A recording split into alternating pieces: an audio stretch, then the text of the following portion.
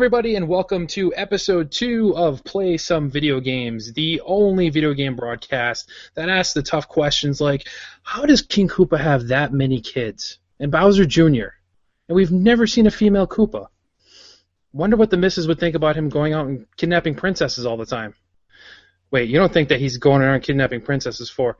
Oh, God. Anyway, family broadcast here, folks. So, once again, welcome to episode 2. We'd like to thank you for being here with us. We appreciate it. The whole gang is here, the four horsemen of the geeky apocalypse, if you will. We have Donnie, Nathan, myself, Kevin, and Kyle, who, due to a very unfortunate Amazon shipping accident last week, did not get his microphone in time. But hey, he's here now, and that's all that matters. So, since you weren't here last week, Kyle, why don't you go ahead and tell everybody a little bit about yourself? Well, I'm not going to lie. It's going to be a tough act to follow with what you guys did last week with your intros. They were pretty good. But for me, video games started Christmas 1987. Under that Christmas tree was my Nintendo Entertainment System. And from then on, I was really hooked. I grew up in a blue-collar family, so I didn't necessarily have every system ever or all the games ever. But I definitely had the opportunity to work a lot and you save up my allowance to be able to buy those video games. That just kind of continued from there. In college, I'm old, so that was the N64, the GameCube, so a lot of GoldenEye, a lot of Mario Party, a lot of Smash Brothers. And from then, I really just kind of transitioned in the 360 era. There was a lot of shooters for me. In the mid-90s, I was a PS1 guy, a lot of JRPGs and things like that. And, in some ways, I feel like I've come home now. PS4 for me now. I'm not anti-Xbox or anything like that. Like I heard a little bit of that last week. But I definitely was a 360 guy. So that's kind of where we bring me to today. Now I'm old, I have responsibilities, working, doing all that good stuff. But really excited to be part of this, really excited to talk to other people who have grown up playing video games and just have a chance to kind of spitball and talk about the things we're excited about, the things that we're passionate about, and just really excited to be part of this. Awesome. Well, we're happy to have you here. Why don't you share, since we all did it last week, possibly one of your most favorite video game memories growing up? I think for me, my favorite video game memory definitely has to be playing Chrono Trigger. I know it's my favorite game of all time. That was the first game I ever played that I really recognized maybe what video games could do.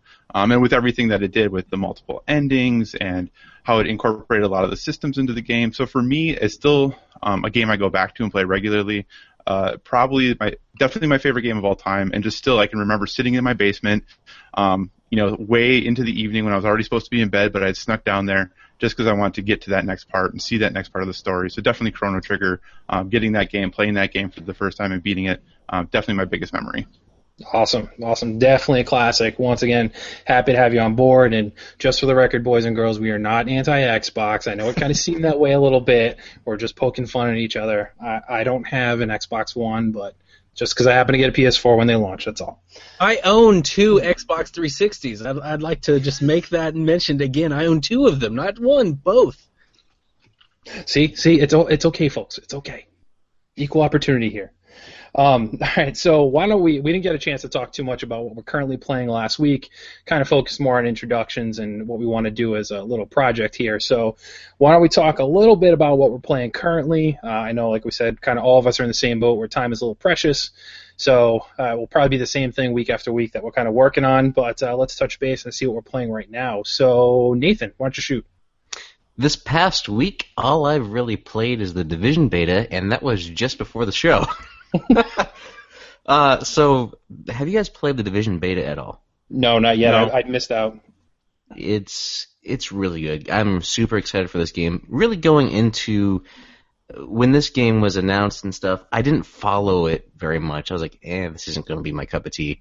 But when the closed beta started and I got an invite for that, I played that and really enjoyed it, fell in love with the game, and the open beta now where anybody can play it has just reaffirmed that this is going to be a fantastic game. So it's really cool. It's a 4-person squad-based kind of cover shooter. Think kind of Gears of War, but more realistic, I guess I could say. It's based in Manhattan, and they pretty much recreated Manhattan from the ground up to resemble a lot of the iconic areas. Obviously, this is like in a little bit of a future setting, post-apocalyptic in a way, and you're part of this elite group that helps to kind of bring order to the chaos that ensues when a cataclysmic event would happen. So it's really fun. I'm super excited because I will actually be able to play this game because one of my friends on Xbox actually bought it for me to circumvent my whole I'm not buying video games thing. So I'm still not purchasing video games, but I can't help it if somebody buys it for me. Yeah, I'm not going to turn away a gift. By all means, that's just silly. Yeah, I mean, that's rude, right? I'm not going to be rude. Gift. Yeah, gift, in quotes, air quotes, gift. I guess I'll go next. So currently I'm still working. We talked a little bit about it last week. Picking away at Fallout 4 slowly but surely. Overall impressions, loving it. But I'm biased. I've been a Fallout fan for a long time. So picking away at that when I can. I did pick up Knack on sale last week, like we had talked about, the sale we thought everyone was going to miss. Played it for maybe about 10 minutes. I didn't really have time, but really enjoyed it, the time I did put in with it.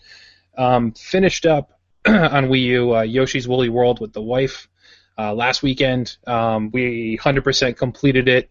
Collected every yarn, every flower, everything. So all of it.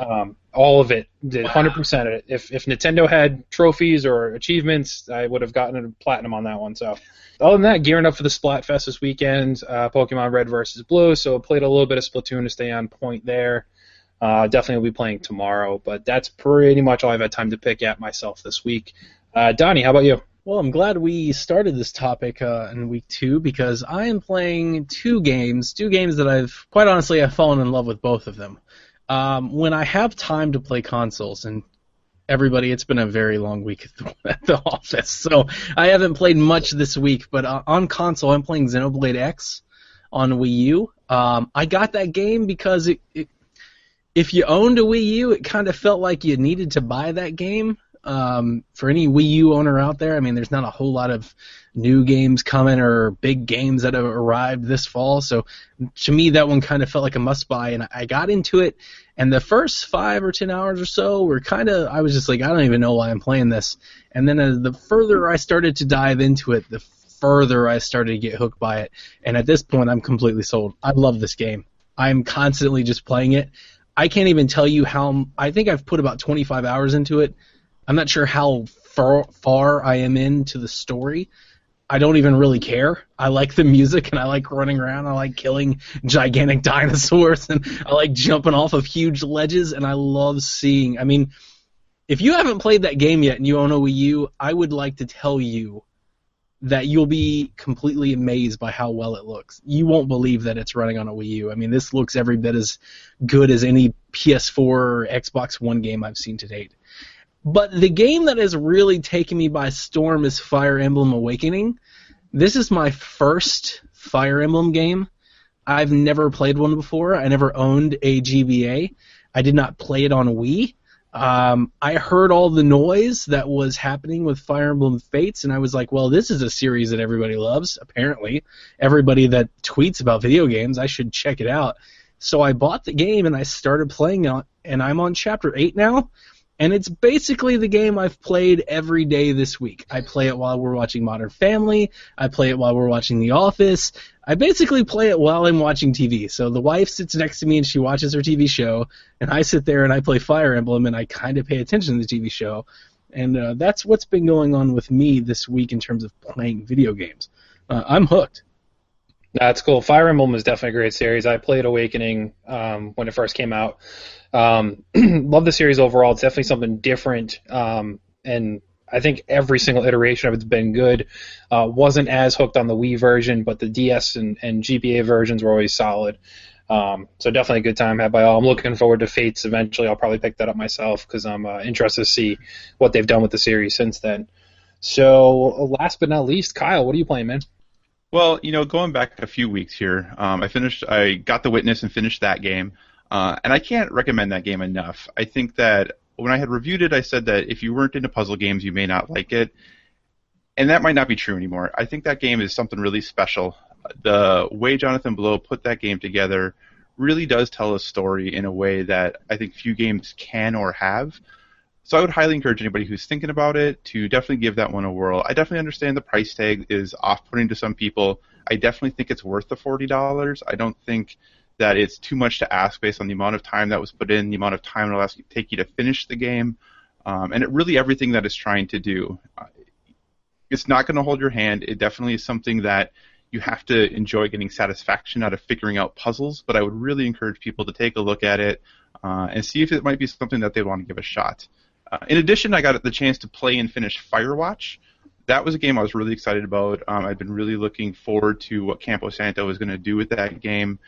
It was something that has been on my radar since it was first revealed, and I gave it an okay review. I gave it an 8, which I guess is pretty good. But the more I think about it, the more I like it, even now. If I were to go back and change that or re-review it, I'd probably give it a higher score. And just with some time to reflect in the way that that game is put together, the story it's trying to tell, I think it's really worth the investment in the experience. The end is a little... some people don't really like the ending. At first, I didn't either, but the more I thought about it, it made a lot more sense. There's a few developer commentaries that are out there now from the Campo Santos folks talking about what they were thinking, why they put the game together the way they did. And honestly, with listening to those and hearing that story, it makes a lot more sense now. I think that they definitely knew what they were doing. They were driving towards a story, and everything very much fits in character with how the game ends. So at first I wasn't thrilled with it, but with a lot of reflection and hearing some insight to it, I'm actually far happier with how that game ended now than I was originally, which I don't know if I've ever had that experience before, and maybe that's just the modern age of how games are going now, where you get to hear from the developers and hear what they were thinking, and it really changed my perspective on the end of that game, and I really like it a lot. Got to play a couple hours of Street Fighter V. That's another game that's getting pretty high scores, but people are saying maybe it didn't come out completely finished. I think that's a different conversation for a different time about when is a game ever finished, how much value is in a box for $60. But the gameplay is excellent. The gameplay is very, very good. Whether you're a veteran or someone who's new to the series, it's going to be worth the time of playing. You just have to ask, do you have people to play with, or do you mind playing online? Because there's no arcade mode. There's no just playing versus the computer. So you really have to think about, are you okay with playing online? Are you okay with potentially getting wrecked a lot? Because I'm really good those first couple fights, but then after that I just can't hold my own anymore. So it's really something if you're interested in. The gameplay is fantastic, but there's a few more. And, the nice thing is that Capcom has said that a lot of those features are going to be coming down the road. It's just, do you wait till then to get it, or do you pick it up now so you can practice a little bit? Outside of that, actually, going back a little bit, I've started playing Assassin's Creed Syndicate finally. Been a big Assassin's Creed fan for a long time. I played Unity even though it wasn't great. I picked up Syndicate on Black Friday and just haven't played it yet. But I decided to, things have slowed down a little bit as far as gaming goes, so I decided to jump into that. I'm really enjoying it. I think it's definitely a step up from Unity. The combat feels very real and visceral. It's a little repetitive as far as what they do, but if you're a fan of Assassin's Creed and were turned off by Unity, I would encourage you. You can find the game pretty cheap these days to give that a whirl. And then finally, Unravel is the other game that I finished this week. It was good. It was maybe too long, which I don't say too often for games. The mechanics were okay, but the longer you played it, the less I liked it, which probably isn't a good thing for a game. Overall, solid. I'll be doing a full review on that soon. Just maybe wish actually that experience had been a little shorter than it was. So there you go. So I know Kyle's list of games he beat was longer than the list of all of our games we're even playing combined. But hey, somebody's got to do the dirty work. And like a fine wine, Firewatch apparently only gets better with age. So what are you going to do? All right, so now that we've covered all that, I think it's time to get into the meat and potatoes of the show today, kind of the main topic we're going to focus on, which we've called the greatest games you've never played. So let me set the stage for the audience today. What we're going to kind of bring up is some favorite games from previous generation that may have slipped underneath your radar, but we personally loved. And, we'll kind of want to encourage you to play it, maybe talk a little about the game, what you liked about it, and kind of just give you some advice. So that way, all you folks that, most gamers have jumped on to PS4s, Xbox Ones, Wii U's at this point, you might have the old consoles sitting around. My PS3 sits in the bedroom, used pretty much just for streaming Netflix now. But, hey, if I get a good recommendation, I might still be able to find that game and pick it up, give it a whirl, and, get an opportunity to play something I might have missed otherwise. So we're kind of here to recommend those types of games. So why don't we start with Kyle then? All right. So this first game I'm really worried is going to be on a lot of people's lists because I feel like anytime people talk about games that you should have played that you didn't from last gen, this game comes up all the time, and that is Spec Ops: The Line. Has anybody else played this? Yep, I have. I have not, but I want to. I think it was Games with Gold at some point, so I have it. Yeah, I'm pretty sure I downloaded it, but I didn't actually play it. All right, well, Well, I definitely would highly encourage you all to play it. I mean, the gameplay in it, honestly, is not that amazing. It's a third-person cover-based shooter. Think of like Gears of War. But the thing that Spec Ops did, I think that was really special, was how it told its story. You know, up till that point, military shooters really had very generic blah stories that were pretty predictable, that you could kind of see what was happening and what was coming a long way away, and it really just it was there to be a set piece. It was there to have cool, awesome experiences, which were really, really fun to play, but the story in itself at the end was forgettable. Spec Ops is actually, to me, the exact opposite of that. The story is remarkable. The gameplay is kind of forgettable, to be totally honest. It was developed by Jaeger, who was working on Dead Island 2 and apparently is, I don't know, doing what now, but they're not doing that anymore. But it's really just, like I said, a cover-based third-person shooter. Nolan North voices the main character that you play, who is, I think his name is Martin Walker. And you're basically a military reconnaissance unit going into Dubai, who's being taken back and Dubai's being taken back by the desert. So there's sandstorms everywhere, there's sand piled up everywhere, and just the way the story in this game progresses, I think, is something really special. For me, it was the first time I had seen a straight-up shooter give me a story that at the end I put down the controller and I just watched the credits roll and kept thinking about the way that game ended. It was a really special story. It's one of those games that pops up on lists like this very often, but I think that's because people should check it out, and it was definitely something that was missed. So for me, Spec Ops: The Line, first game on this list that I think people should check out. Cool. Sounds good. I'll go next then. For me, my first pick is going to be a little game called Katamari Damacy. Not sure if any of you have played it. Have any of you picked that up? Nope. Nope. See? Nope. See, I'm great at this. I'm great at this. So, it's actually been a series. So there's been, let's see, is Katamari, Me and My Katamari was on PSP, We Love Katamari was on PS2, they had Xbox versions, iOS, Android, Vitas, everything at this point. Basically, it's a third-person kind of puzzle action game, if you will. It was released in Japan and then later was ported to North America.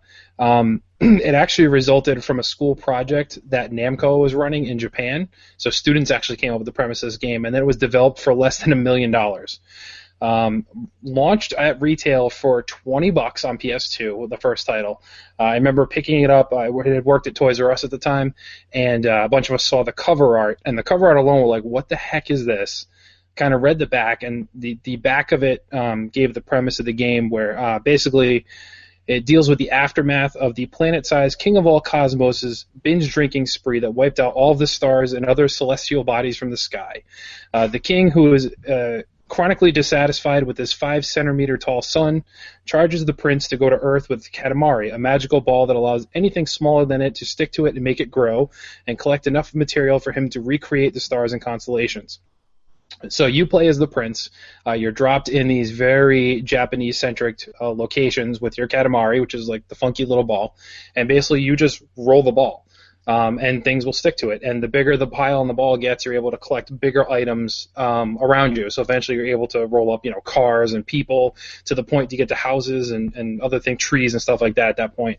Normally gives you a time limit per stage, and gives you a size limit to hit your Katamari goal in. And then the king will then turn it into a star and send you off to the next place. So it's very quirky, very weird.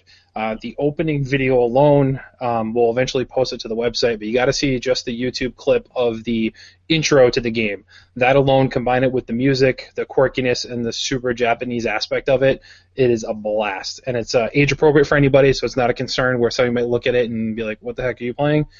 If they do, it's just because it's really weird, not because it's really awkward. But literally anybody can pick it up and play it. It's very, very fun. The music hooks you, and even though it started off as this little low-budget game, it didn't evolve into, I think it was over 7 titles that spanned pretty much every console except for Nintendo at this point. And I believe they're doing another version for iOS and Android that's coming out this year, actually. So nothing for current gen. The same developer had worked on Nobi Nobi Boy, if you remember that from PS3. So it's as quirky as that game was. It's very much a spiritual successor to what Katamari Damacy did. Nobi Nobi Boy picked up from there and kind of had a lot of the same quirkiness that Katamari Damacy had. So check it out. Even if you just watch the clips, the intro for the very first game on YouTube, that alone should get you laughing. So that's one of my picks for something you may have missed. It was on PS2, PS3, Vita, Xbox 360, so you can get them on pretty much any previous gen console. Donnie, why don't you drop one on us? Okay, so we chose this topic earlier this morning, and I started creating a list, and I'm afraid that maybe some of my options don't fit. So I'm going to choose the one that I think doesn't fit the most first. I'm going to start with what's most wrong, and then we'll Exactly. go from there, guys. And I'm going to let you guys tell me if this one fits or not. So when we started talking about this, I had a Wii from the get-go. I also had a 360 from the get-go. I was late to PS3. I really kind of got a PS3 when The Last of Us came out. So a lot of my titles are kind of Wii-centric. And one of the titles that I have on here is, it's not going to seem like an overlooked or overrated or underrated game, but I think it fits. And the reason I think it fits was the Wii with the motion controls was all about sports games and doing that motion and getting people wagging their Wiimotes. And one game that I think may have been overlooked that was a really good one was Super Mario Sluggers. And I'm going to say that because I know Mario is a frontline character, but I don't know how many. Did anybody play Super Mario Sluggers on Wii? Nope, I did not play it. Okay, so I was a little scared to pick a Mario game. I could just imagine people listening to our podcast are like, oh my god, it's a Mario game, that can't be. But this game was fantastic. If you ever played MLB Power Pros or even MLB The Show, not The Show, what was the other one? The 2K, MLB 2K that came out for Wii. If you ever was a fan of baseball and you wanted to swing your Wiimote and hit the ball and make it feel like it meant something, Super Mario Sluggers was the game for you. I mean, this game really got it down to a T. And it's got all the Mario arcade action. There are tunnels out in the fairway. If you knock it in there, you can get thrown out for double plays. You can pick your team, and Birdo throws fastballs, but she can't hit for anything, and Princess, has no power, but she's a great infielder, and all that great Mario nostalgia goodness that is to be found in those sports games. But really, the gameplay, the throwing, the pitching, the batting, it was really, really, really good. I picked this game up. I didn't even have it when I had my original Wii, to be honest with you. I picked this game up on a GameStop Black Friday Wii sale, where I picked this game up for like $6 because I thought my kids would enjoy it. And it was last year, not this year, it was last year. And I sat down to play it with them, and I was like, this game is fantastic. We were playing it on the Wii U's backwards compatibility Wii mode. So for those of you that don't know, any Wii game that you may find, you can stick it into a Wii U, and you can boot up the Wii menu and play your old Wii games. And I really, really enjoyed it. I mean, when you start slamming grand slams with Mario and Bowser and Birdo, and you just feel like David Ortiz or Manny Ramirez just launching yard, it's a really good feeling. Even the hitting part of it, it's not just timing like Wii Sports. There's a timing, but you also feel like the bat has to be in correct position. The game came out in 2008, so I'm not sure. I don't think it had Wii Motion Plus integrated into it. But instead of Wii Sports, where you just kind of flick and you can kind of just flick and cheat, I mean, this game feels like you really have to make a swing, and you have to swing at not only the right speed, but also the right line to really make contact. So the gameplay of it I found addicting. I played it for about an entire weekend. Every now and again, I boot it up with the kids, and I keep playing it. It's a lot of fun. So while Mario is a frontline star, I would tell anybody that has a Wii or a Wii U to go out and get Super Mario Sluggers. That's a really good baseball game.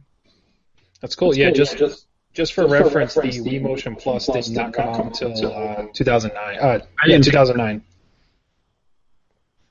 So it definitely was not Wii Motion Plus compatible at the time. All right, Kyle, why don't you... no, not Kyle. Nathan, your turn. Sorry, we already hit up Kyle. I'm still here. So my choice for game of the last generation that you may have missed is possibly the game I played most shortly after the release of the Xbox 360. And it may surprise you, but I'm betting that at least one of you guys in this chat may have played it, at least I hope. and that is Geometry Wars Retro Evolved. I'm gonna call that you can't call that in this segment. Oh, come I on. love that game. That's one of my top 5 favorite Xbox 360 games. It's one of my top 20 favorite games of all time. I played the hell out of that game. So did I. So after the Xbox 360 was released, I felt like the game selection was pretty lackluster, honestly. And so I was messing around the Xbox Arcade, and I found this game, and I said, hey, this is kind of cool. Started playing it, and I was addicted. The music, the beats, everything just makes you want to keep playing this game. And you could play it for hours and not realize it. I would have people come over and check out the Xbox, and they say, what's it look like? And I throw up Geometry Wars. And it's literally like geometry lines. Like, this is the next generation. And I was like, you don't understand. This is so good. It's so fluid. It sounds excellent. I had up my surround sound. I was very proud of this game because it was so good. I was like, $5. It was an amazing experience. And like some people obviously have played it, like Donnie, you played it when it's on your top 25 list. It should be.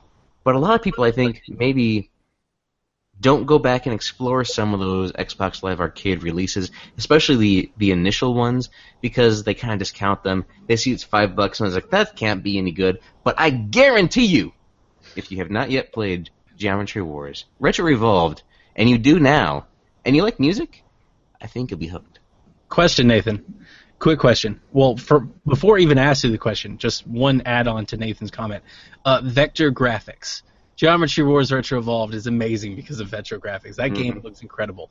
But were you as let down with Geometry Wars 3 as I was? Yes. It was just not... It's not deserving of the Geometry Wars name. And you know, there have been a lot of kind of knockoffs that came after Geometry Wars that kind of tried to capture that spirit, but none of them no game has come along since then, like a twin-stick shooter that pulls me in like Geometry Wars did. I would agree. The original, the OG, is by far the best version. Yes, sir. And I love the passion there. How Nathan slipped almost into Mr. T mode, where he's like, "I pity the fool who didn't play Geometry Wars." I do. So, but yeah, that was a game that was made by Bizarre something. Anyway, the guys that made Project Gotham Racing, which was a phenomenal racer for Xbox 360 as well. All right, so Bizarre Creations. Yeah, that's right. Bizarre Creations. All right, so we all labeled one. I think we got time to do at least one more. So, Kyle, what's next up on your list? Okay, so if I love Spec Ops: The Line because of the story, this next game, I couldn't tell you anything about the story. I don't remember a lick of the story at all. Don't remember one thing that happens in the game as far as story beat or anything like that. But the gameplay of this game is incredible, and that game is Vanquish. Did any of you guys play Vanquish? Nope. Pretty sure that's another one I also downloaded that was like PlayStation Plus and never played it. Gotcha. Well, again, highly encourage you to play it. Vanquish was actually developed by Platinum Games and published by Sega back in 2010. The one thing I remember is your character's name is Sam Gideon, and he's equipped with what they call an augmented reaction suit. And the cool thing about it is he could both slow down time to have like the bullet time effect, but he had these really cool like rocket boosters attached to his suit. So the whole time you're like power sliding all over the map, shooting out the enemies with just ridiculous guns. So if you think about the other games that Platinum has made, when you look at like Bayonetta and things like that, think about Bayonetta, but all guns, all rocket launchers, all grenades that just do crazy things. And in some ways it's really interesting because it almost was more of a game where it was almost like a bullet heck game where you were just trying to move all around where you could because bullets and everything was flying around you from everywhere. There was technically a cover system in the game, but you never did it because if you stayed in any place for too long, that was game over for you at that point. But it was just the most frenetic, fun, fast-paced shooter that I think I've probably ever played. I really wish Platinum would make a second one. I really like a lot of their other games, and this is something I really hope they revisit again soon. Just how fun that game was to play. Again, I can't tell you anything about the story. I don't know if anyone who played it could, but I would highly encourage you, if you're just looking for a fun, run around, shoot stuff, blow stuff up, if you're looking for a because video games game, I would highly encourage you to check out Vanquish. A because video game. I want to create a top 20 because video game list. You know what that means, right? You're Yes. following what I'm saying? Okay, All good. gamers know what that means. That's Okay. It's like that. Why? Because America. That's why. Right. All right, so I'll go next with my second one on my list too, and it's also a little Japanese centric. But you guys probably at least know the character if you haven't played the games at all, and that would be Chibi Robo. So have any of you played Chibi Robo? Nope. No. Crickets. See, I'm nailing this with you guys. You have no clue what I'm talking about. So Chibi Robo originally came out on, now it did come on a Nintendo GameCube, but I'm using it as a cheat for last gen because they did reissue it and put it out on the Wii, so it still counts. So Chibi Robo's had a couple games. The original one was on GameCube. That one, hands down, I've played most of them. That one is by far the best. And overall premise is you're this little miniature robot type guy who's living in the house with a family, and your job is pretty much to clean up after them. You're a toy for the kids, entertain them, stuff like that. But things kind of go wacky with the family. The father becomes obsessed with buying toys. The mother gets upset with him and then says she wants a divorce and locks herself in her room, leaving poor little Chibi Robo to do all the household chores by himself, even though he's like the size of a soda can versus, an adult who can actually do laundry and wash the floor. So, a lot of wacky things happen in this. The characters are very, very funny and very, very fleshed out, and also a little awkward to see a video game tackle topics like divorce, which was a little weird that the kids were all thrown off, that dad was locked in the basement, mom was locked in her bedroom. But the gameplay was pretty cool. Chibi Robo never actually talks. He's only able to communicate by holding up a check mark or an X sign. He has a little sidekick named Television, who's a little floating, flying television that does the talking for Chibi. The basic premise of that game, though, was to kind of reunite the family, find out, what was wrong, take care of everything. You do chores and missions for other toys. There's military G.I. Joe style characters. You do some missions for them. There's little spider robots that Chibi blasts with his laser and stuff like that. But I think the coolest thing about it was a very weird game, but tackled a lot of story for something that really shouldn't have had that much story to it. It's a very typical platformer, I guess you can kind of say, not as in the style of like a Mario 64, but kind of similar in gameplay. Chibi then went to spawn off a couple other DS games that came out. I know one was like a Walmart exclusive, so that one didn't do very well at all. But then he recently had a resurgence with Chibi Robo Ziplash that's out on the 3DS now, so you can tie it into current gen if you like. That is very much a more typical side-scrolling platformer, 2D. It's 2D even though you can play on the 3DS. But it came with a really cool Chibi Robo amiibo, so that kind of what got me hooked on it. But a very cool game if you can check it out. Once again, I'm going to try and get videos of all these games we're talking about to post up some gameplay so you can kind of see the premise. But yeah, Chibi just takes place in a house and he does chores. He'll clean stuff up with the toothbrush, which makes you wonder whose toothbrush that was in the family. But hey, he's cleaning up mud stains with the toothbrush.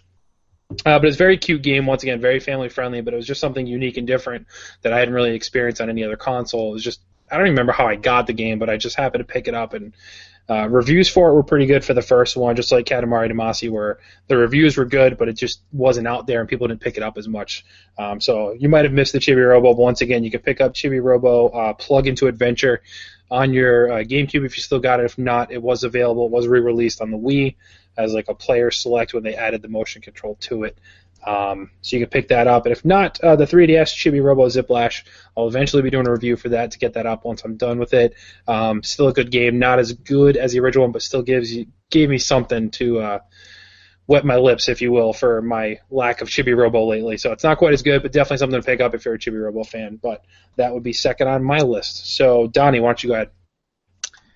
I own a Chibi Robo amiibo, and I have no idea why. I've never played a Chibi Robo game.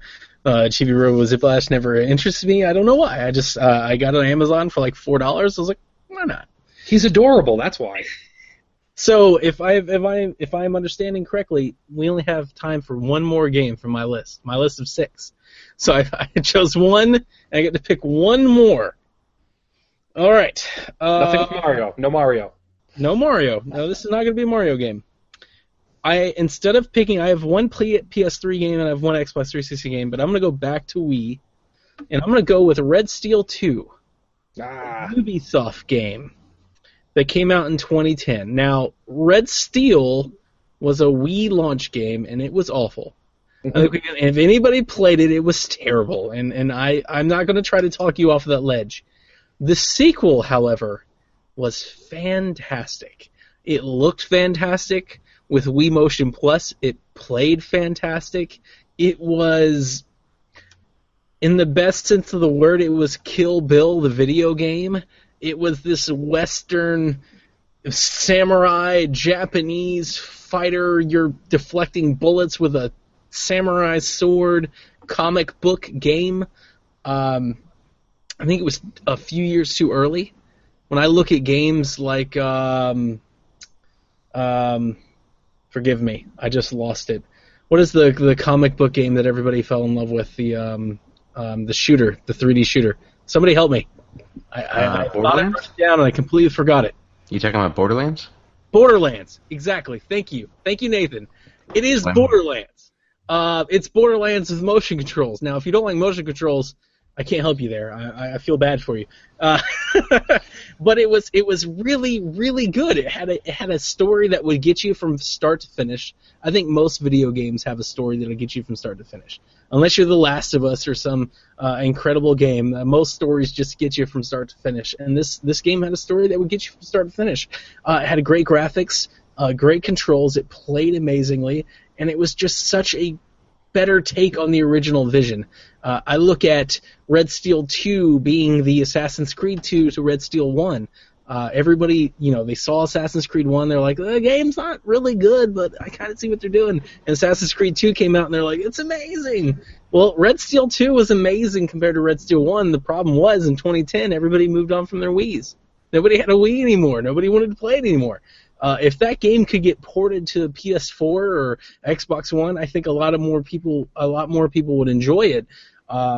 That game is fantastic, and so out of the list of 6 that I bring, that's the second one I'll bring to the conversation. If you have a Wii or a Wii U, go get Red Steel 2 and give it a go. You'll enjoy it, and it's definitely worth your price of admission. You can probably get that game for less than $10 right now. Definitely, easily at this point. Now, I did not play Red Steel 2, but I did play, unfortunately, Red Steel 1. Unfortunately. See, something I would throw out there, too, in very similar fashion to that game that I did really like, so I'm going to cheat, and I'm going to throw in an extra one, just a freebie. No More Heroes. Did you guys play that one on the Wii? Or at least Donnie. I imagine Donnie would have. Yeah. I played both of them. Yeah, so those are really good, too, and in the same fashion, if you will, as Red Steel was, but I thought they were executed well, and probably most people didn't play them either, but they were good. All right, so Nathan, you're up, man. I just want to add, too, that every time I heard Red Steel, I kept thinking of Real Steel, the epic Hugh Jackman movie of a couple years ago when he was fighting with robots. Is that your next pick? Is that your next pick, Real Steel, the game? Robots movie?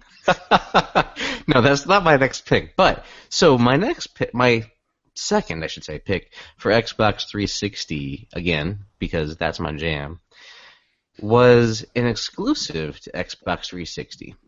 And it's actually by a company that has been lauded recently for its recent release on PlayStation 4, Bloodborne.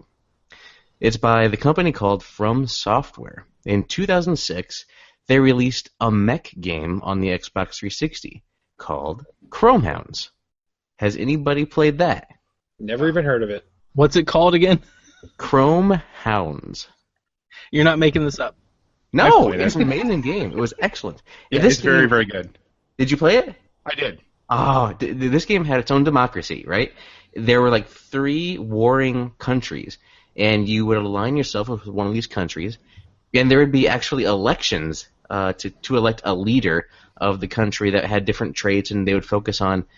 There's three different things like military, education, or infrastructure, or something like that. Like defense would be the focus, and you would vote on which one, and it was all real time. I think every month they had a vote, and it would depend like which country was more dominant by which country you aligned with, and then you would go with your crew and try to take over territories. And it was all real time, like all this. It was amazing. So you would go to work one day, come back, and your country may have been like partially taken over because people were playing when you obviously were at work, and so people coming back on would go and play and take try to take it back. It was really good. It was a struggle. It was a fun game. But this game was unique because you created your robots, your mechs. You could create like track-based mechs, tall mechs, mech warrior type, just 2-legged mechs, 4-legged mechs, fast ones, small ones, short ones, whatever you could think of within like a dollar limitation. They like assigned certain values to certain pieces of hardware, weaponry, whatever it is, and you could take it on there and have like a crazy-looking weird mech, but that would do some awesome damage. You could have sniping mechs that are built for like close quarter combat. It was an amazing game, and I don't know why people didn't latch on to it. It was so fun. Realm Hounds. I've still never heard of that game.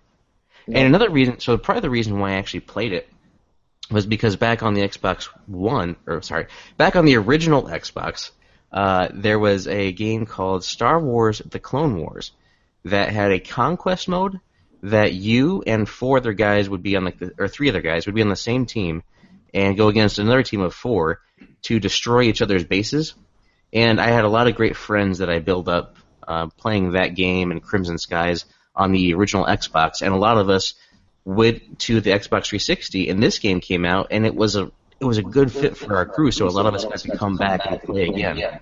So it was an amazing game, and I recommend it if you had a chance to play it.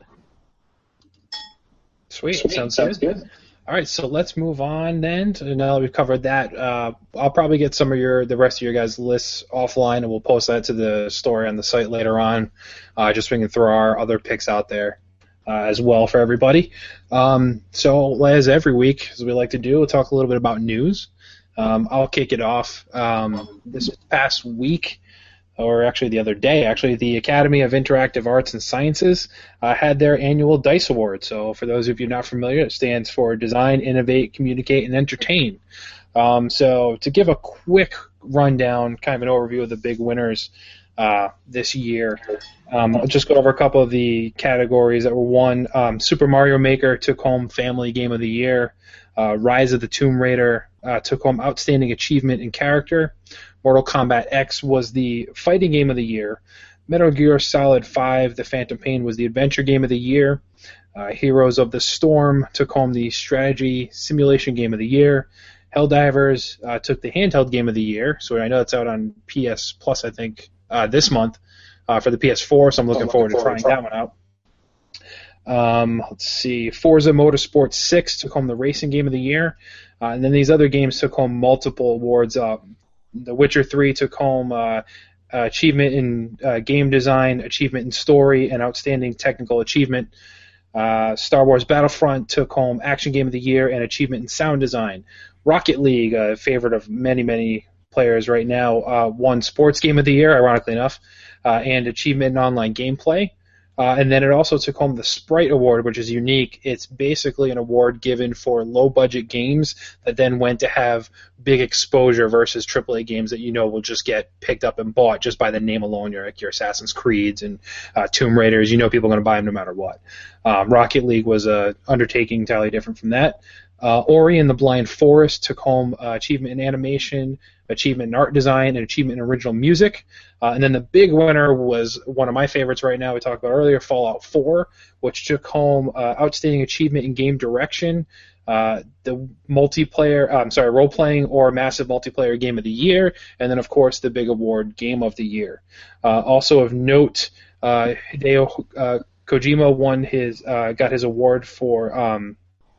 he was inducted into the Academy Hall of Fame for his efforts and contributions to gameplay and the game industry. And then, of course, Nintendo's former CEO, Satoru Iwata, was also honored as well for his contributions to the gaming industry as well. So all that happened this week. So just kind of wanted to make note of that for everybody. Donnie, you got any news? No, I mean, the only really news that I had this week was that the Nintendo opened up their Nintendo account registration and their Miitomo pre-registration. We did a story on it. We registered all of the links you can follow to go and set it up. If you did set it up, I'd like to say, boy, that was anticlimactic, wasn't it? It was just kind of like, hey, you have a Nintendo ID. Please register your email. Thanks. Go away now. We'll talk to you later. There really isn't much to be had there right now. If you do pre-register for Miitomo, they do say that you'll get some Nintendo rewards points. There's no value to it. One interesting note: if you try to delete your account, it does warn you that any mission accomplishments that you have will be deleted, as well as anything that you have. So it is kind of pointing towards your new Nintendo account, the My Nintendo account, being your overall global ID, which Nintendo has sorely been lacking for a very long time. I'm still not convinced that this is the solution that we think it is. I think a lot of people are running with it. If you read IGN, you read Polygon, everybody kind of keeps saying, well, this is your Nintendo account, and it's going to be amazing over all devices and everything. I'm not... Until Nintendo proves it to me, I'm not going to believe it. I've had a Wii, I've had a GameCube, I've had a Wii U. I understand how hard it is to try to, travel from one console to the next and keep all of your purchases. I'm still not convinced, but it looks like they're trying to make that happen. I'll give them that. It looks like they're trying to make it happen. I will say that this does look like an adequate replacement to Club Nintendo. They have said that you'll earn points by playing games. Even Miitomo. So if you text message your friends using Miitomo, you'll earn points that get you discounts on Nintendo games. So if you like playing Nintendo stuff, definitely go register your My Nintendo account. Go to our site, playsomvideogames.com. Find our article on it. It's got links that shows you how to register for your My Nintendo account. You have to register for your My Nintendo account before you can pre-register for Miitomo, the mobile app coming to all platforms, Android and iOS. March. I believe it's March 18th, but I'm not sure if that's solidified for the entire world. So I'd just like to say it's coming out mid-March. But for me, that was the big news of the week. Yeah, definitely. I did notice the mission thing on there, and that kind of piqued my interest a little bit too. As much as I'd like for it to hope that it was going to be something like you had stated, where it was going to be like achievement style things or trophy style things. I think being a former Club Nintendo member myself, I think it's possibly going to be leaning more towards your progress towards achieving what they used to call the gold status or the platinum status in Club Nintendo, meaning you got better rewards. Versus something that's going to be achievement-based. As much as I'd love for it to be, I don't think it's going to be that style. But we shall see in mid-November. And hey, like I said, Donnie and I registered. I know that. We'll throw up our Nintendo IDs are going to be on the site soon anyway. So hey, feel free to send us really lame and weird Miitomo messages if you want once that's up and running. So we'll all just earn points together in the hilarity that is Nintendo. Nathan, what do you got? You got any news this week? So I wanted to comment on the DICE Awards article, if I may. Absolutely. Just a little bit. Now, I know you're a big Fallout fan, but in your opinion, was Fallout 4 Game of the Year? I didn't play it. From the reception that I've read, I don't know if you consider that Game of the Year. It doesn't look like it's doing anything major. It looks like it's doing what it did before better than it ever did before. But in my opinion, there are other games doing different things that you would kind of give them consideration for that title. But then again, I haven't played it. So I'm just judging other games' receptions based against that one. So for me, having played it, I will say, while I don't think it should have been a slam dunk for Game of the Year by any means, I do think, as much as I've played into it, I'm probably about halfway through. I've been doing a ton of side missions, so I don't know how much the main story has progressed for me.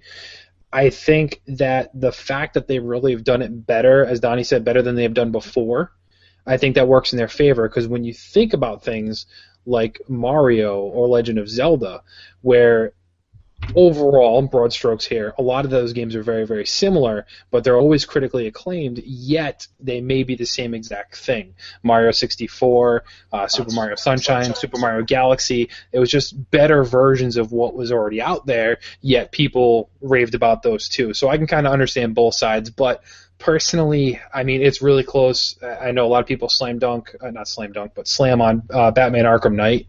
For me, I would have thrown that up there in that category too. It was one of my favorite games of last year because I didn't have to suffer through playing it on PC.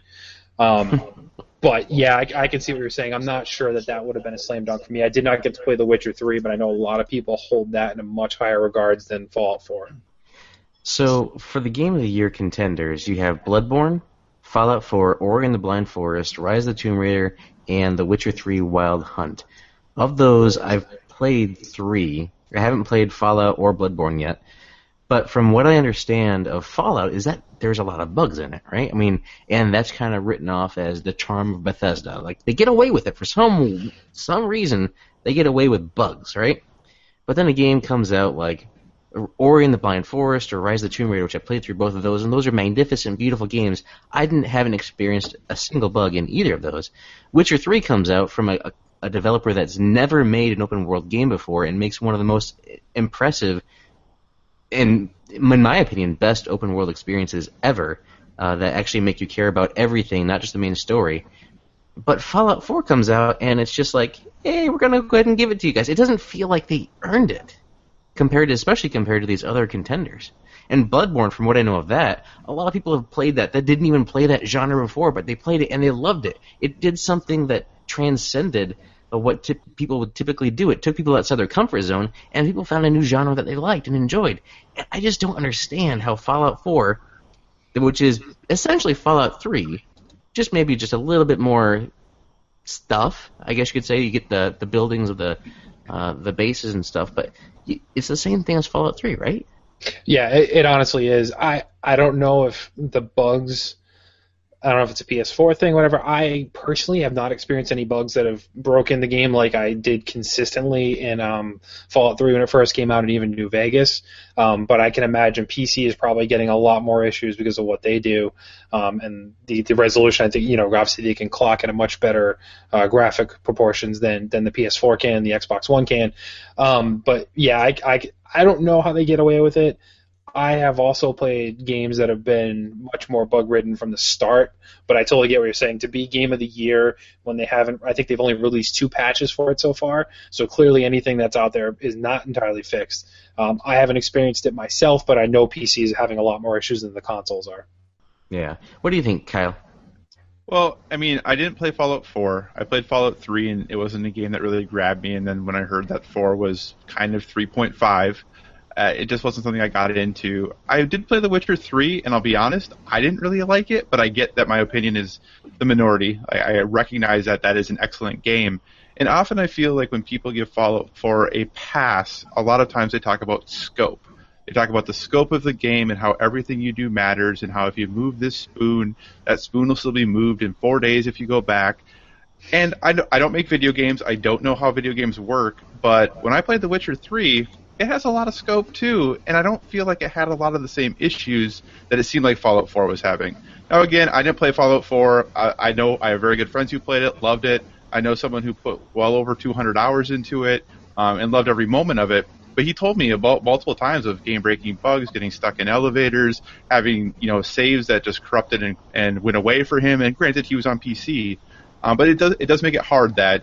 How do you take a game and hold it up as this is the best game that was released that year when there clearly have been problems with it? Yeah, and surprising me too, really, of that list of nominees, Metal Gear Solid: The Phantom Pain, another game that is massive and a real triumph, from last year, wasn't even nominated on that list, and that really should have been nominated. Agreed. Okay. Well, anyway, I wanted to rant a little bit about that because I disagreed with that selection of Game of the Year, and I disagree with that nomination, or the lack of Metal Gear being a nomination. It should have been at least one of the nominees. I mean, come on, you honored Hideo Kojima on stage. I mean, you didn't even give his game like, hey, your game was okay, but here you go. I don't know. Yeah, you really think that the category, or not even the categories, but the games that win their own specific category of the year, if you will. So, like Metal Gear Solid did win Adventure Action Game of the Year. It really should have also then been nominated for Game of the Year overall. It really just would have made more sense to me as well. Mm-hmm. Yep. Okay, so as far as news goes, I wanted to expand a little bit more. Last week it was mentioned with Quantum Break coming to Xbox One. We didn't really have a lot of the details at that point. But since then, there have been details that have come to light, I guess you could say. And so if you pre-order it digitally, you get the Alan Wake games for Xbox One that'll play via backwards compatibility, the Xbox 360 versions of those. And it comes with the DLC, but you also get the Windows game version of Quantum Break for free. This is if you pre-order it. Now, the really cool thing is they're really starting to build this ecosystem between PC and Xbox One with the Xbox games, I think it is, or maybe it's Windows games. I can't remember the exact name of what they're calling the platform on Windows, but the game is going to function as such that you can play it on either console or PC. Your game progress will save to the cloud, and then let's say you don't want to play on PC tonight, you want to play on Xbox or vice versa, you load it up on that system, and your same progress will be there as well. So it's not in... If you start playing in one area, it's kind of like on, was it Vita or PlayStation and Vita kind of have that cross-save thing, where if you start playing a game in one setting and take it to go, you can continue on. Mm-hmm. They're doing a similar type of thing there with the PC and the Xbox versions, which I think is pretty cool. I know as far as this kind of cross-platform between, technically it is between two platforms, two ecosystems in a way, but not really because they're kind of building them together. It's cool to see this now. The achievements are the same achievement system, or the same achievements for each unit, so there's only going to be 1,000 gamer score, if that is important to you. But you'll be able to earn these achievements across both, kind of going back and forth, because let's say my wife wants to watch TV that night, but I really want to keep playing Quantum Break. I can go into my office and go to my computer and keep playing where I left off on the Xbox. And I think that is super cool, and I think that's really interesting. And I still don't understand why people are so sour about this being not exclusive to Xbox One anymore. I don't get it. I don't even know what to say about that anymore. It's completely ridiculous that, yes, as a gamer, you can be pumped if you get something exclusive and kind of be like, yeah, you can't play it, whatever. But to then be mad when somebody else gets to play it makes zero sense, because honestly, what do you care? I've seen numerous tweets where people are like, I canceled my pre-order. Well, that's stupid, because you went from being the only person that could play it to now you're not going to play it at all. So if you want to play a game, play the game. I don't care who else can play it or who else can't play it. If you want to play it, play it. Don't be stupid about it. It makes no sense. And it's like with Street Fighter, right? It's available on PC and PlayStation 4. Yeah. Do we have people on PlayStation 4 being outraged that it's on Xbox or on PC? No, they're outraged for other reasons, but we'll get to that later in the mailbag. Yes, I've heard of that. But that's all I wanted to talk about for that particular article, was just I wanted to expand on that and kind of go more in depth about what we know. And it's really cool. If you pre-order it digitally on the Xbox One, you will also have it on your PC if you so choose to play there as well. See, folks, here at Play Some Video Games, we're very thorough. We follow up on our stories and everything. So, nicely done, Nathan. Kyle, why don't you hit us up with the news story? What do you got going on? Yeah, so I just commenting back really briefly. I do really appreciate how Phil Spencer is not pulling any punches with people who are tweeting at him, and he's just like, whatever. Like, I really appreciate it that he's being very open and honest about it, and really putting people in their place a little bit about the controversy, if you would, which I don't think is a controversy, but yeah. My news going to be typically PlayStation related, and it is in this case as well today. Just a couple really brief things. As many people suspected, Smite has officially been announced for PS4, which is already on PC and Xbox One. Apparently doing quite well on Xbox One. I have no idea, but that's what I hear. It's pretty popular. Okay, yeah, so which is really exciting. I find it interesting, though. A lot of people assumed this was going to happen. It's in closed alpha right now. It's going into a closed beta starting in March. And I find it very interesting, though, because Sony has aligned themselves so much with Epic and Paragon that Paragon appears to be on a very similar time frame. That Paragon had a closed alpha, is looking at a closed beta here very, very soon. So I find that very interesting that nobody knows what release dates are yet for either of those games, but it does seem interesting now that Smite is now coming over, Paragon is definitely in the works, and Sony has definitely aligned themselves with Epic for that game. So just I think be interesting to see kind of how that all shakes out, whether people go to Smite if it comes out earlier and leaves Paragon behind, whether they'll hold Smite for a while until Paragon can get out first, or however that's going to work. I'll be interested to see how that happens. And the second, just very small piece of news that I find interesting and maybe should be a topic for a future discussion is that the Division DLC will be on Xbox One 30 days prior to being on PS4. Wow. And I find that interesting because I think just announced today or yesterday. And the time DLC thing, I think I would be interested to have a conversation about thoughts on that, whether we think time DLC is a good idea or not. I get exclusivity and that games sometimes come earlier exclusively to one console, but when you talk about additional content for a game, whether it be pre-order bonuses only on one system or time DLC, that'd be a conversation I think would be interesting for us to have someday. So yeah, that's my only other piece. I agree, and it's good to know that Smite and Paragon will soon be on PlayStation Plus free with, I'm sure it'll be a monthly selection, sure enough. Following Sony's trend, really, they kind of like to go with those indie games for their free games, so I'm sure at some point they'll be on there. I'm honestly not too familiar with Paragon, but I am familiar with Smite, so if that comes for PlayStation Plus, I won't turn it down, that's for sure. So I'll be looking forward to that one. Donnie, what do you got going on? I don't have any more news stories. I am very excited that Nathan brought up Street Fighter. Kevin, remind me, is it Josh, the caller, the writer that wrote in about buying Street Fighter for PS4? That is true, and if you want to talk about it, I would suggest holding off because he sent a follow-up email this week. Kind of talk a little bit more about Street Fighter. So if you want to delve into that topic, I would ask you to hold on because he did make another comment and asked our opinion about something else about it now. Well, then I will hold off. All right. So, well, in that case, we'll move along off Donnie then. Sorry. The only other thing I did want to talk about Fallout DLC, but ironically enough, that's going to be in the mailbag as well. So I'll go with the other news story I had in my back pocket. One of the main reasons Kyle talked about Firewatch earlier, and offline I talked to them a little bit about it, and reading from his review, one of his main complaints was sometimes it would chug along on the PS4. Well, Campo Santo has released patch 1.02 for Firewatch on PS4, which addresses a lot of those things. In their own exact words, it significantly improves the experience across many aspects of the games. The biggest things to note is draw distance and shadow rendering has been improved, which should remove significant texture popping, and unstable frame rates have been improved.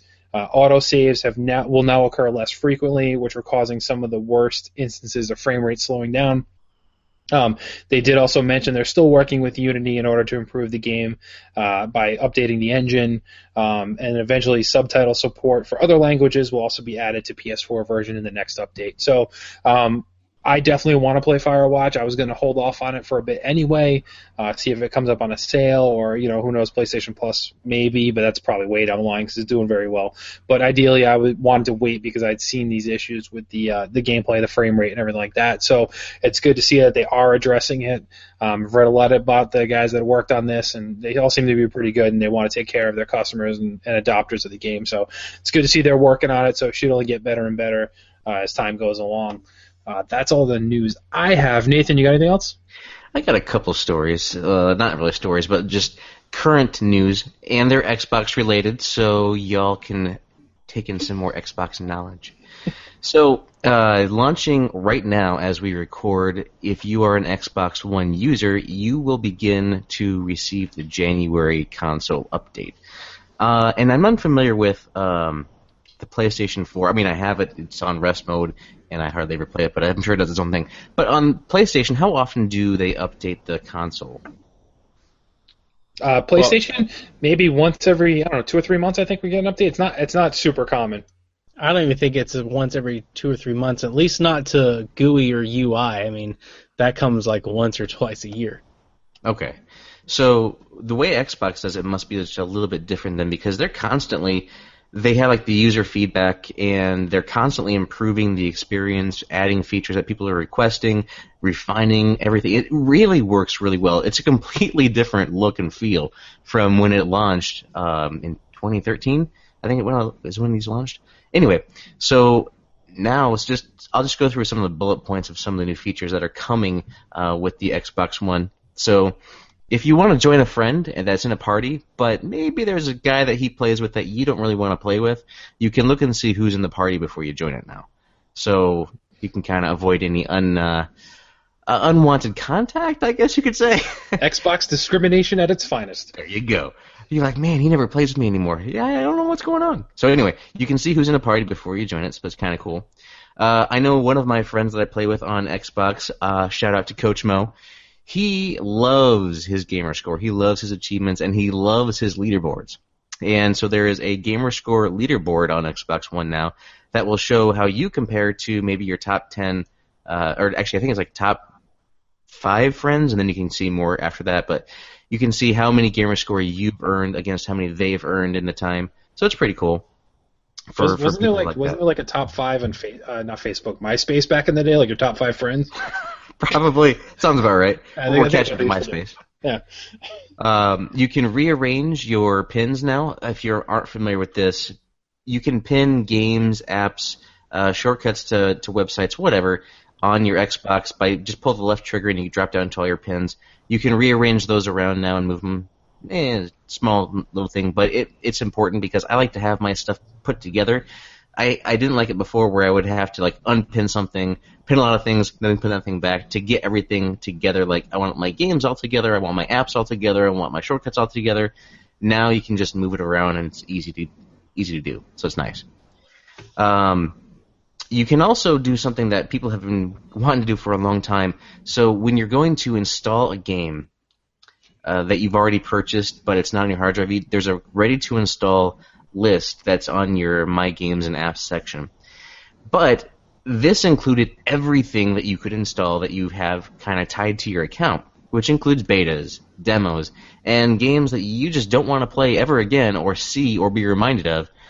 You would have them all listed there. But now you can press the menu button and say hide from list, and then you're not reminded of that horrible experience ever again. Yeah, there you go. It's good to see them addressing. I know a lot of people had complained about the kind of OS on the Xbox when it first launched. So it's good to see they're kind of giving the players what they want. Mm-hmm. Just a couple more things. I'll just kind of bullet these. One of the cool features of Xbox One that if you still have a Kinect or if you had a Kinect ever, a lot of the games come with a little. If it has a code, they'll have a little QR code on it. So you could tell your Xbox use a code, comes up there, you hold it up, and it scans it, and you don't have to type in that 25-digit letter code anymore. So they just made some improvements on that. You can now join Twitch broadcasts if you have a friend that you can just join in real easy to them. It tries to suggest friends for you based on criteria that I don't know what criteria they use, but they've improved it. And they've also got, if you have a chat pad, you can change some of those hotkey programs around to do different things now. So those are just some of the interesting points that are coming on the January update that is rolling out as we speak. And the last news item, Xbox related, that I wanted to go over, which may also be PlayStation 4 related, but this is very important, and you guys need to make note of this. Mark your calendars, because Dovetail Games Eurofishing is coming to Xbox One in May 2016. So let me get this straight. The Xbox January update is rolling out now, and it's February 19th currently? Well, yeah. Come on. We got to package it up. Okay, just checking. I will say, actually, Sony right now is taking signups for beta testing for their new software update, to which they're supposed to start beta testing in early March. So it'll be interesting to see what they update. I did sign up for that too, by the way. So if I get picked and I get to experience that, I'll definitely fill in the audience. Did notice that too, as Nathan said throughout his updates, a lot of the stuff that looks like Microsoft is implementing is they're kind of following along not everything, but a lot of it is following the Sony model.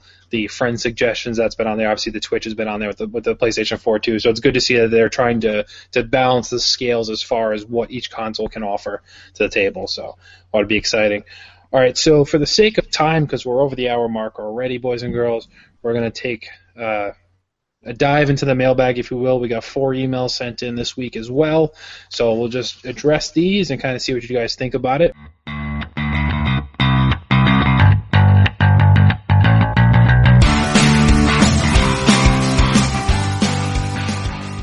So we'll start, since Donnie wanted to talk about it before, the Street Fighter. So Josh, who wrote in last week, wrote in on Facebook to me today, said, "Thanks, guys, for answering my Street Fighter question last week.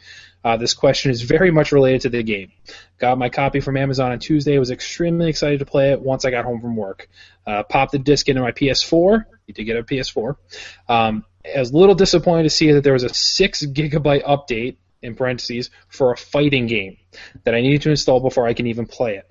After that ordeal, once I eventually started playing the game, it was very obvious that the game shipped broken, which leads to my question. With games like Assassin's Creed, I'm assuming he means Unity, Halo, the Master Chief Collection, etc., game shipping, quote-unquote, incomplete. What can us as gamers do to stop this from happening?" So, Donnie, why don't you go away, since you want to talk a little about Street Fighter earlier? Well, the first game I'd like to mention is Splatoon. Splatoon's one of the best Wii U games you can possibly buy, and that game shipped not finished. Most of the modes, most of the maps, most of the items, most of the stuff that you could do in Splatoon wasn't there day one. It was there day 250, but it wasn't there day one. And this is an alarming trend that we have in video games right now, and I'm not exactly sure. I mean, to be honest with you, there's only one thing you can do about it, and that's not buy the game day one. That's to wait, see if the game is finished, see if it's what you want, and if it is, buy it. But, we want to buy the game. I wanted to buy Splatoon. Josh wanted to buy Street Fighter 4. I wanted to bring this up earlier when Nathan brought it up, and I'm glad that Josh wrote back to us, because I was reading the reviews and I was reading the reactions, and I was diving into Street Fighter 4. Like I said before, that game looked fantastic in the previews and the trailers and everything I saw for it. It looked complete. It looked like a great fighting game. And then I hear it doesn't have story mode, and you can't play just against the computer. You can only play against online matchmaking. It's random and all of this stuff. And I was like, this is terrible. This is the worst Street Fighter launch that we've had since the SNES. You can't play against computers. I mean, the SNES launched a better Street Fighter game than we got just now. I mean, and that's 25 years later, and that's, to be honest with you, that is unacceptable. And I hate saying that, because I understand how hard it is to make a video game. I've never made a video game, but I have made other digital products. I understand how hard it is to get all kinds of stuff together and balance it and all that. But this game, from its reception, I mean, it seems unfinished. I wouldn't go as far as calling it broken. The gameplay that's there appears to be right, but it doesn't seem like it's ready. And in today's digital future, where everybody buys downloadable games and you can just download a patch and they can bring all new modes and all new maps and all new characters and all new kinds of stuff to every game ever made, as long as you just hang on with them, I mean, it doesn't seem right. I wish games like this would launch at a lower price point than a brand new title.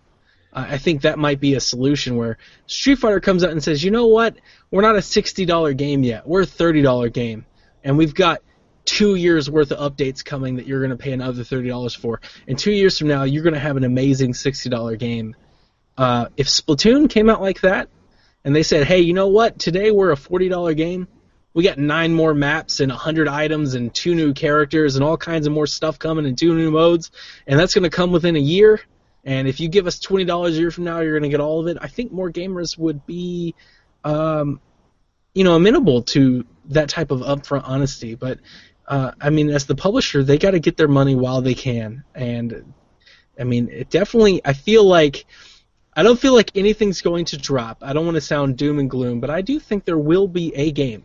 Some game will come out where it won't be finished, and the sales will reflect that, and that game will not do well, and that game will probably go away forever. And I think of like the Midway games and the Take-Two games and the Activision games and like Bayonetta, games like that. Some game will try to ride this line too closely, and gamers will see it and will go, you know what, that's not worth our money, and we won't buy it, and then that game will never get its updates because that game wasn't finished.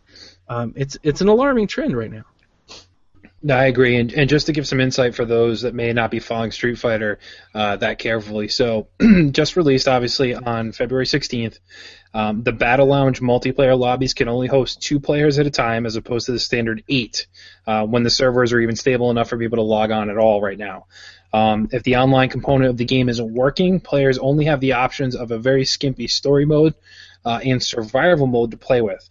Street Fighter does not have an arcade mode, another feature that tends to be pretty standard with fighting games in general.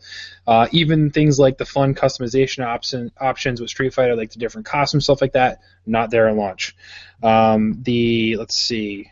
What else here? Survival mode doesn't offer the kind of depth that invites long-term engagement. Because there's not really any offline mode, you can't kind of test out the different characters and see what you want to, who you're best equipped to use. Literally the only way to do it is by playing an online match and kind of either getting your butt handed to you or this works. They also don't have any sort of punishment system for people who rage quit in the middle of a match. There's no penalty for their record and no reward for the person who stayed on at all. So yeah, it definitely seems like they're missing a lot of the key component things. I don't really know what could be done to stop this. I really don't think anything can be, to be honest. A lot of people say, don't buy a game day one because stuff like this, where I can agree to an extent, but games that will be fleshed out more down the line, they come out and say, like in this case with Street Fighter, hey, we know all the characters aren't here. There's going to be a whole bunch more characters coming out down the line. If they're not making any sales from the get-go, they may not pursue those additional things to come out down the line. You may never see it. So there's also that there too. So to play devil's advocate, I'm not really sure what you can do to avoid it, but it's definitely becoming more and more common. The thing that's really scary for Capcom now is Capcom's 2016 Pro Tour.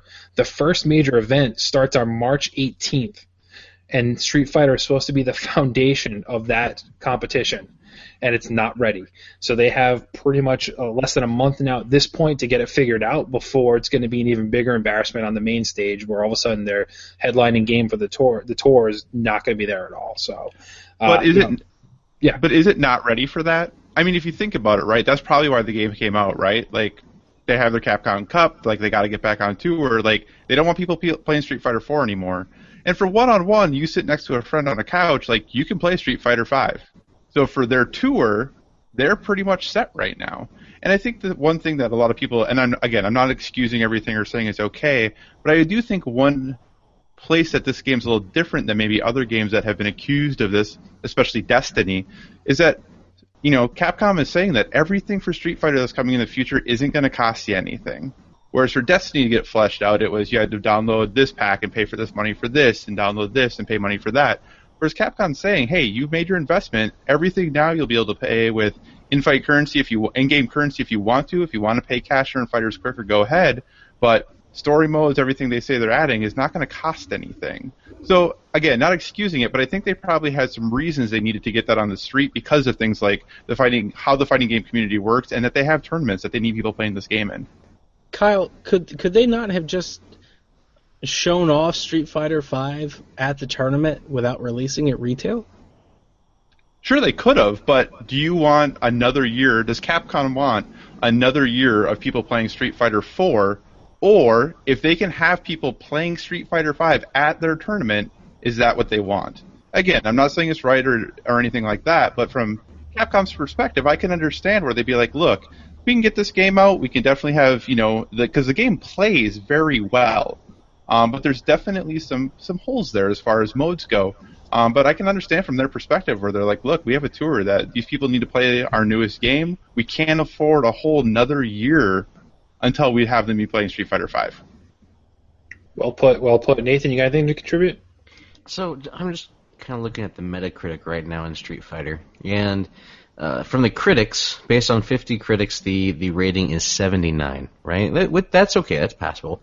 But from the people that pay the money to play the game, that save up, that are looking forward to it, that are the fans and the advocates, their score of this game, from 587 people, 3.5.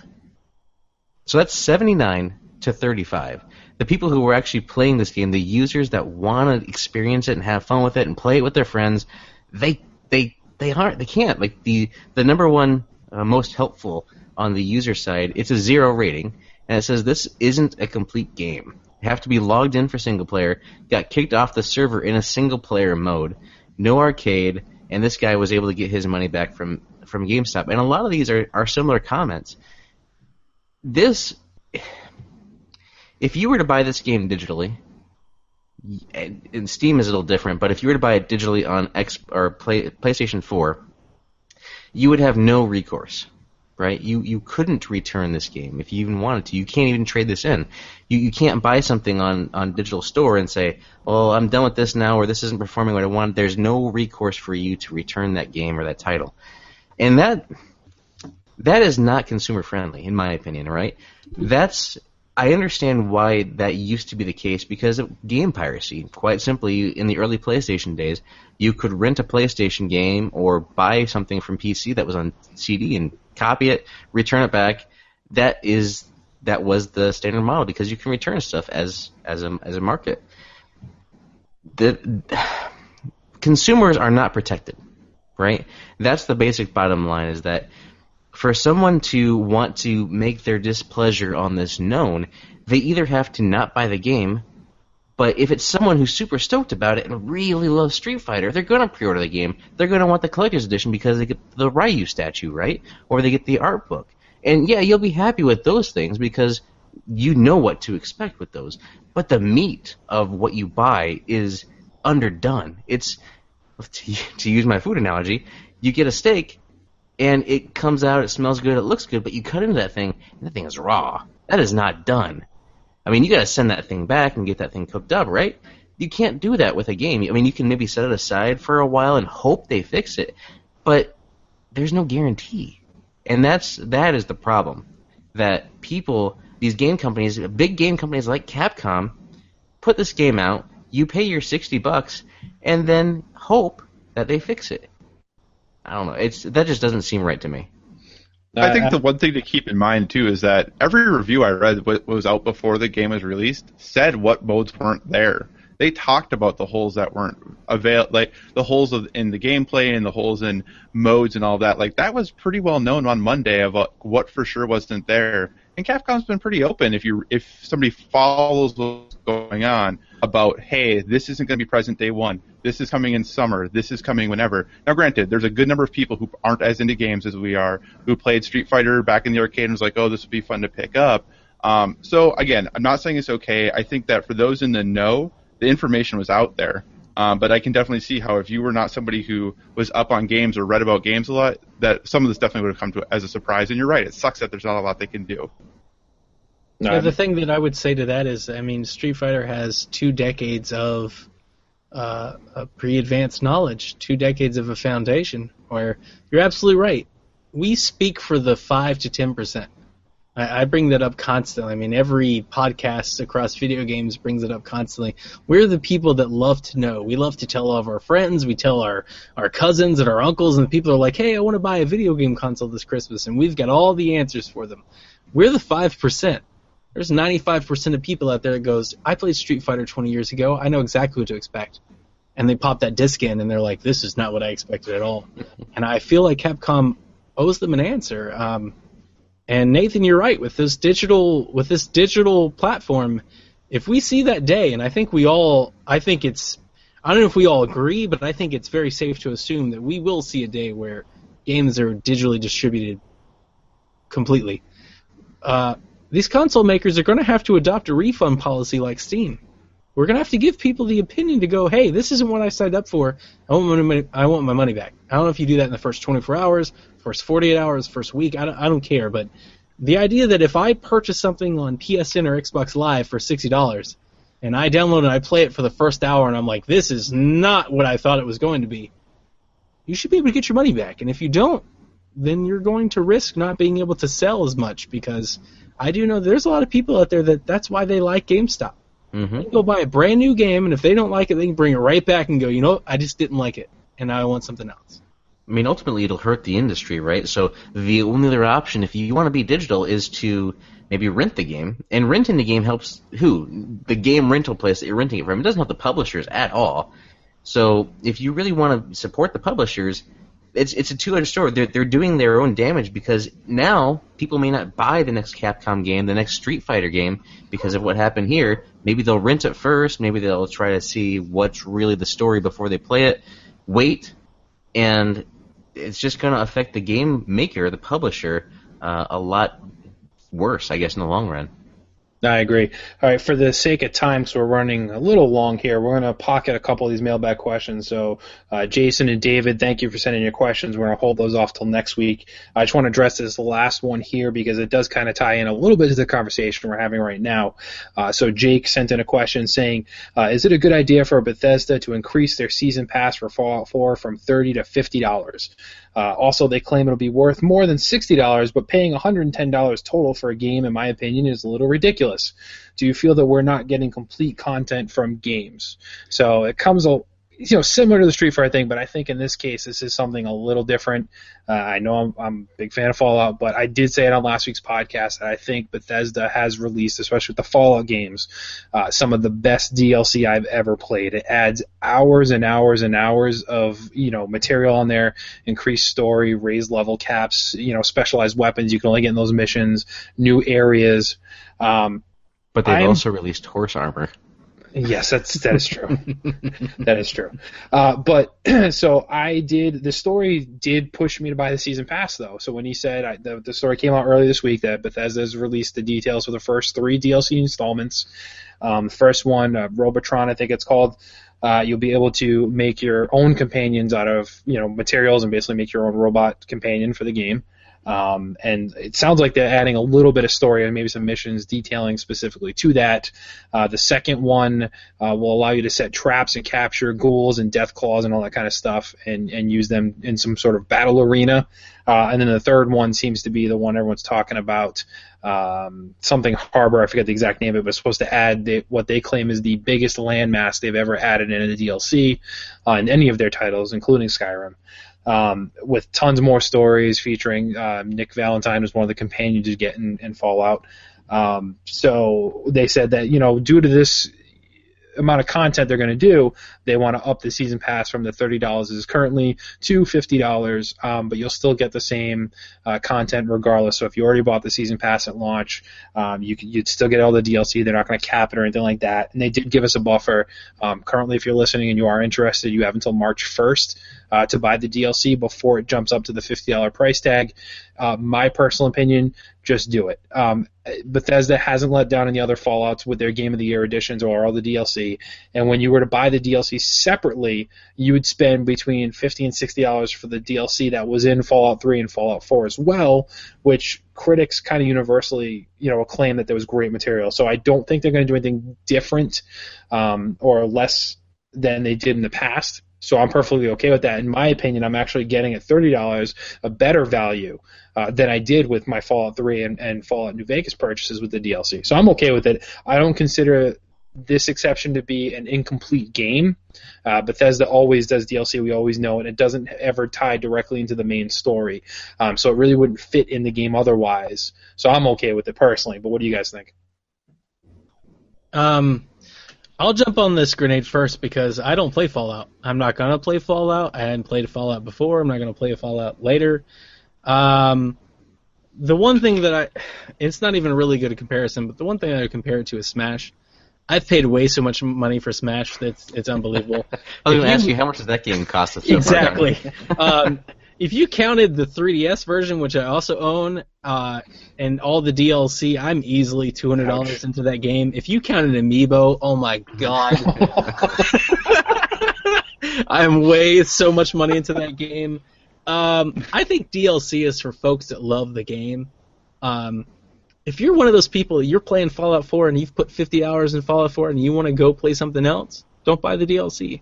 That would be my opinion. Like, don't corner yourself into this. If you're one of those people that put 50 hours into Fallout 4 and you're like, man, I'm upset that this game might be running out soon, then buy the DLC now, save yourself some money, and you'll get another 50 hours of content.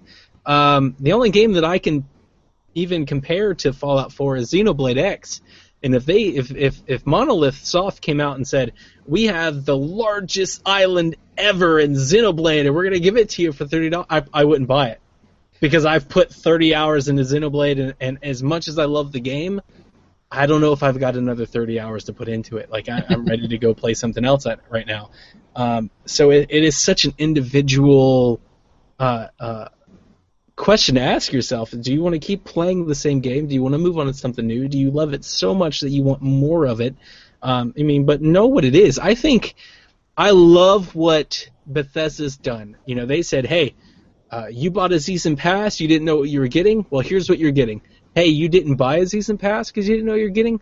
Well, you still have an opportunity to buy at that price. Now that we've told you what you're getting, you have 30 days to buy it at this price before the price goes up. I think that's fantastic. I think every DLC, every season pass should absolutely adopt that model. I think it's ridiculous to ask anybody to, hey, give us $40 and we'll tell you what we're going to give you 6 months from now. That's ridiculous. That is absolutely ridiculous. You should never, ever, ever pay anybody for something you don't know. I don't care how much you like them. It doesn't matter how much you like them or how much you want to support them. They should tell you what you're getting for your money and then allow you to pay them for that option. So I think this is fantastic by Bethesda. They're continuing their tradition of supporting the consumer, and I think more companies should adopt this model. Yeah, I think I probably have the very unpopular opinion. Is I actually think video games should be more expensive than they are. I paid way more for Super Nintendo games in the mid-90s than I do today for games a lot of the time. And games are far more expensive to make today than they ever were. So I think if it's a situation where instead of getting $60 from a consumer, that because enough people buy the DLC, it averages out that they're getting $65, $70, $75 from the consumer, I think that's a win-win for everyone, because then the consumers who want that extra content are paying the money for it and are getting that extra content that they want. But those who don't, those who are happy with it, still got the $60 game that they were excited about and played. But this gives those who want to, invest and go back in and have new adventures that opportunity to do that. I mean, I feel like the price of AAA games has to go up, and I know a lot of people don't want to hear that, and a lot of people think that, games are, $60 is a lot of money, and it is, but it's also a leisure activity. Like, this is something we do for fun, and there's a price to everything that we do, and the fact that the price of games hasn't gone up is still baffling to me. So, yeah, I think it's great. I think that charging, and especially since they gave information about what that content's going to be, saying you still have time to get it before that price goes up is all great. I don't like the dollars to hour of, like, this game is only worth X much because of the number of hours ratio, but I do find it really interesting when people are really upset when a $60 game is 12 or 15 hours, but when they spend 200 hours in a game, nobody's willing to be like, well, let me chip them 40 extra bucks and give them $100 for the game. Like, that just doesn't happen. So I'm happy with developers doing whatever they need to continue delivering us really good games, as long as they're doing it in a way that's ethical and makes sense and is pro-consumer. All right, Nathan, you get to finish us off today. Where to begin? So I want to make sure that I frame this properly. So can you reread the question to me? I want to make sure that I frame my thought properly and answer the question adequately. Sure. So, is it a good idea for Bethesda to increase their season pass from $30 to $50? They also claim it'll be worth more than $60, but paying $110 for a game, in my opinion, is ridiculous. Do you feel that we are not getting the complete content from video games upon release? Okay. So the first part of that question, is it a good idea for them to increase the season pass? So this is an interesting scenario, right? So they released a season pass at, what was it, $30 or $25, somewhere around there? 30. You can get on sale occasionally for $25. I've seen it a few times. Okay. So they release a product at $30, and they're going to raise the price. Typically, when a price is raised, it's because of a constraint of resources, right? Fuel is a perfect example. The price fluctuates by the amount that's being able to be made. Obviously, gaming being a leisure activity, as was stated, it's a completely different process you have to go through as far as pricing goes. For them to raise their price, I don't think it's a great idea, but they explained it in a way that makes sense. So I'm not a huge fan of season passes in general because of what Donnie laid out. Is like, look, if you as a developer say, hey, buy this season pass and you might get some cool stuff, but I'm not going to tell you what it is, that's ridiculous, right? You as a developer and as a consumer, you should demand to know what you're buying. You should. It's like when you're shopping for food and the government regulates that you have to put what's in this box. What are the ingredients that make up this product? We need to, as a consumer, demand to know what the ingredients are that we are buying that are going to make up this product that we're paying $60, $100, whatever the price is with the DLC. So, I know that they justified the cost increase. However, it's kind of unprecedented for a price to go up, at least as far as I'm aware of. It's a weird business practice, and it doesn't really put them in a positive light. However, they told you early, so if you were on the fence, you've jumped off the fence and probably bought it by now. And this $50 season pass is just going to make the Game of the Year edition that will come out in a year and a half or whatever it is that much more of a value. So there's that. The other thing is with the pricing of games, being $110. As you guys know, I'm a big Star Wars fan, and a game came out recently called Star Wars Battlefront. I have a review on PlaySomeVideoGames.com. I suggest you look at that. And this is a game that came out with a season pass that's going to have 4 pieces or drops of content, along with free stuff along the way. But really, it's a multiplayer game, so if you don't have the content, you're not going to be able to really experience what's going on. So, as a diehard Star Wars fan, I did buy the Deluxe Edition, which was $70, and the $50 Season Pass.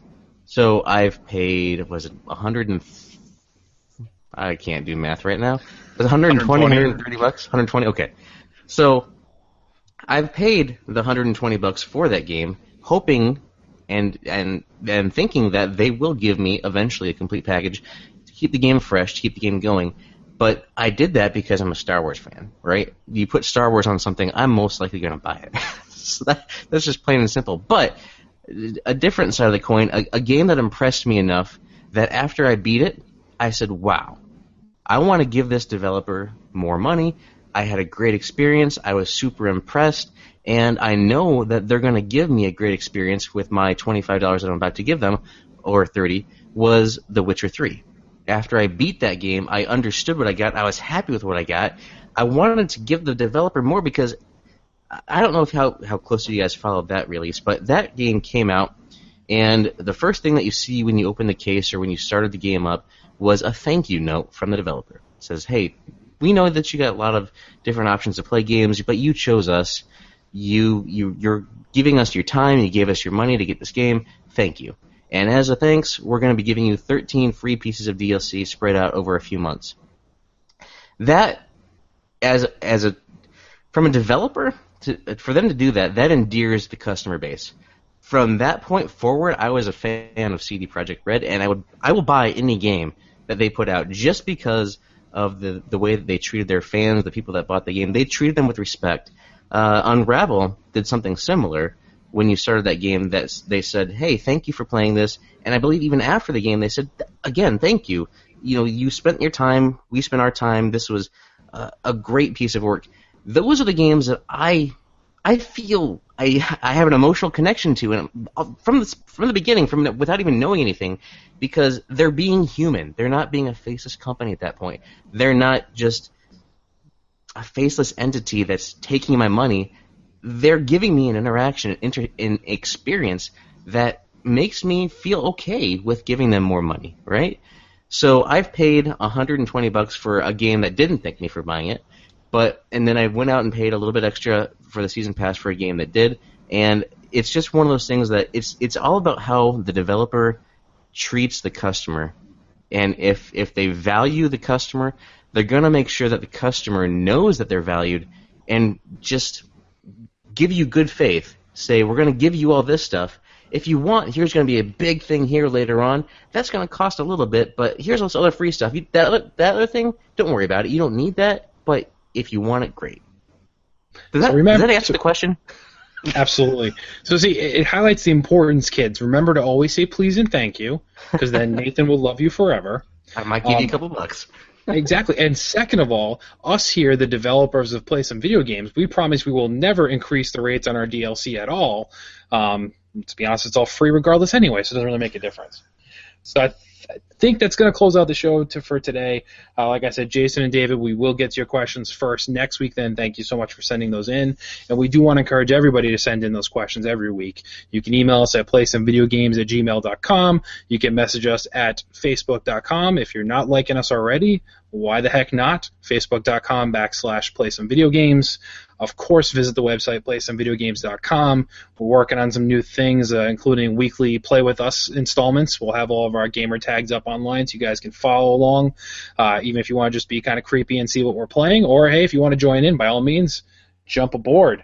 So with that, we want to thank you so much for downloading us. Please recommend us to your friends. Give us a review on iTunes. It'll help other people discover the podcast.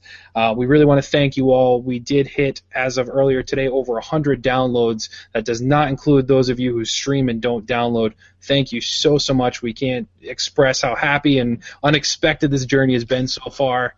So thank you all. We will talk to you next week. Remember, boys and girls, never stop gaming. Bye. Pokemon Red.